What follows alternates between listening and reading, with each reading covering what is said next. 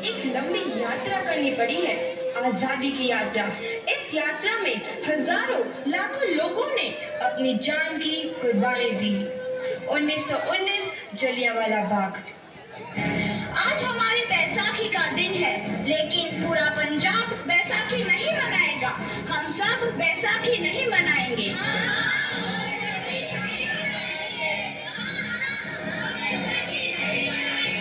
जब तक हम अंग्रेजों को भारत से बाहर नहीं निकाल देते, मैम इसमें बताना बैसाखी नहीं मनाएगा। अच्छा, तो तुम सब हमारा विरोध करता है, भाग जाओ यहाँ से। इसका अंजाम बहुत ही बुरा होगा। हम नहीं जाएंगे, तुम लोग जाओगे। हमें नहीं, तुमको भारत से भागना होगा। Soldiers fire!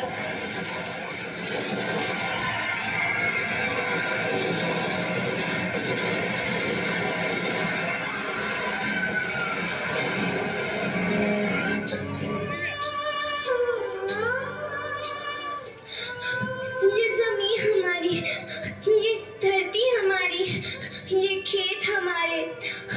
अभी थोड़ी देर पहले हमारी ये फसलें लहरा रही थी, पर इन अंग्रेजों ने हमारी फसलें बर्बाद कर दी। इन अंग्रेजों ने एक ही झटके में इन सब फसलों को काट दिया। अंग्रेजों, तुम्हारे इस अत्याचार से हम डरेंगे नहीं। इस अत्याचार का बदला लेकर रहेंगे। हम आजादी लेकर रहेंगे। जलियांवाला बाग हर हिंदुस्तानी की आंख नम कर गया। इस कांड में कितने मासूमों की आहुति चढ़ गई। इतनी हैवानियत से इंसानियत कत्ल कर दी गई। जलियांवाला बाग के हत्याकांड ने आजादी की आग में घी देने का काम किया। मासूम औरतों, बच्चों की दर्द भरी चीखें और सिसकियां इनकलाब का गूंज बनकर उभरी। लाला लाजपत राय, भगत सिंह, राजगुरु, सुखदेव सरीखे क्रांतिकारियों ने भारत की इस जमीन से विदेशी दरिंदों को निकाल फेंकने के मंसूबे मजबूत कर लिए। 8 अप्रैल 1929 लाला लाजपत राय के नेतृत्व में साइमन कमीशन के खिलाफ एक भारी जुलूस निकाला गया। Simon commission, Simon commission, Simon commission, Simon commission, Simon commission, Simon commission, Simon commission, Simon commission, Simon commission. बेवकूफ इंडियंस, तुमको हमारी बात समझ में नहीं आती। Stop this. Simon commission. नहीं मानता। I said stop this. Lala ji, आप आगे बढ़ो, हम आपके साथ हैं। लाला जी, संघर्ष करो, हम आपके साथ हैं। लाला जी, संघर्ष करो, हम आपके साथ हैं। लाठीचार्ज करो!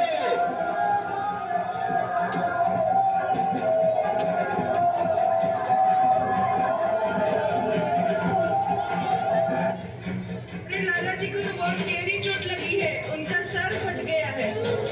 मेरे शरीर में लगी एक एक लाठी अंग्रेजी सरकार के कफन में कील का काम करेगी।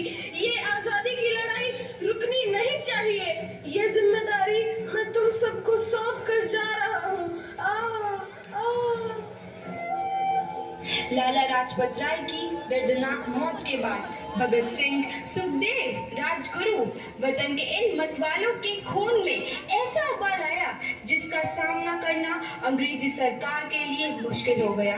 अंग्रेजों को करारा जवाब देने के लिए स्कॉट और सैंडर्स को मारने की रूपरेखा रची गई।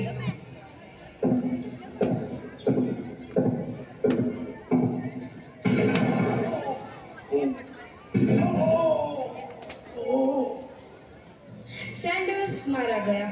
चारों तरफ तहलका मचा था। दीवारों पर लिखा था, लाला जी की मौत का बदला ले लिया गया है। भगत सिंह समेत सभी वहां से फरार हो गए। 8 अप्रैल 1929 दिल्ली में ब्रिटिश सरकार की सेंट्रल लेजिस्लेटिव असेंबली की बैठक में 2 बम धमाके की आवाज सुनाई दी।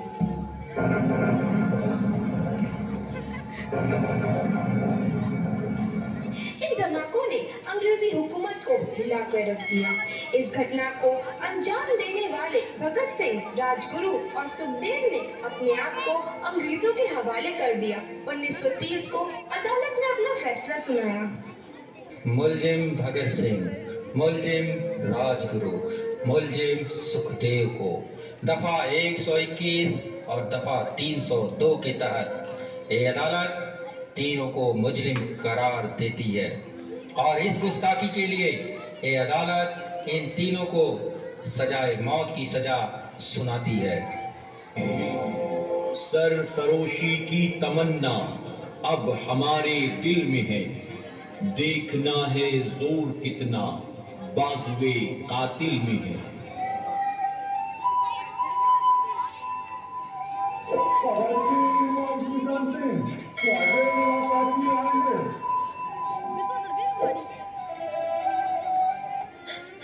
पुत्र की हाल है तेरा। मैं चंगा हूँ माँ, फिक्र करने की कोई गल नहीं। पुत्र मेरा दिल तेरी तरह पत्थर दिल नहीं होगा। तेरी ये गला सुन के मेरा कलेजा फटे जा रहा है। माँ, मेरा दिल कोई पत्थर जैसा नहीं है, एक वतन परस्त का दिल है जो मेरे देश प्रेम के जज्बे को ताकत देता है। बेटा मेरा लाल। माँ, आज मेरी तपस्या पूरी होने जा रही है। जे तू रोई तो मैंने तकलीफ होइया। सोच, तेरा पुत्र आज शादी करने वास्ते जा रहा है। फर्क केवल इतना है, वो घोड़ी पर नहीं फांसी पर चढ़ने वास्ते जा रहा है। आज तू क्रांतिकारी की माँ है, कल तू एक शहीद की माँ होगी। माँ, पुत्र भगत, तू इतनी छोटी उम्र में हम सबको छोड़ के चला जाएगा। तूने जिंदगी में देखा ही क्या है पुत्र? मैंने अपनी माँ देखी है जिसने मुझे एक ही बात बताई है कि बेटे, अपने देश के लिए एक बार मरना 100 बार जन्म लेने के बराबर होता है। अच्छा माँ, अब आशीर्वाद दे, आखिरी बार विदाई लेने का समय आ गया है।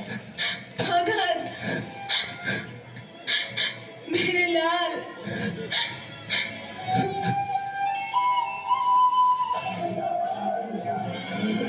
भगत सिंह, तुम्हारी कोई आखिरी ख्वाहिश? हमारे हाथ खोल दिए जाए। हम तीनों दोस्त एक दूसरे से गले मिलना चाहते हैं, उनके हाथ खोल दिए जाए।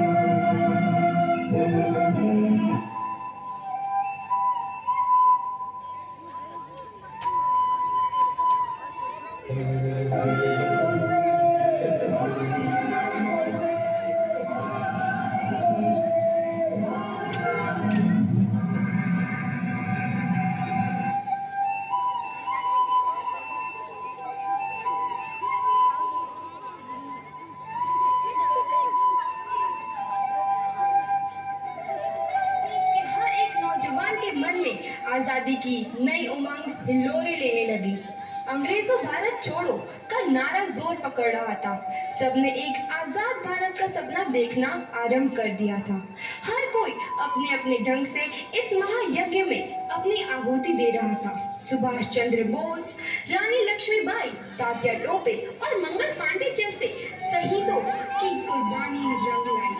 15 अगस्त 1947 को भारत आजाद हुआ।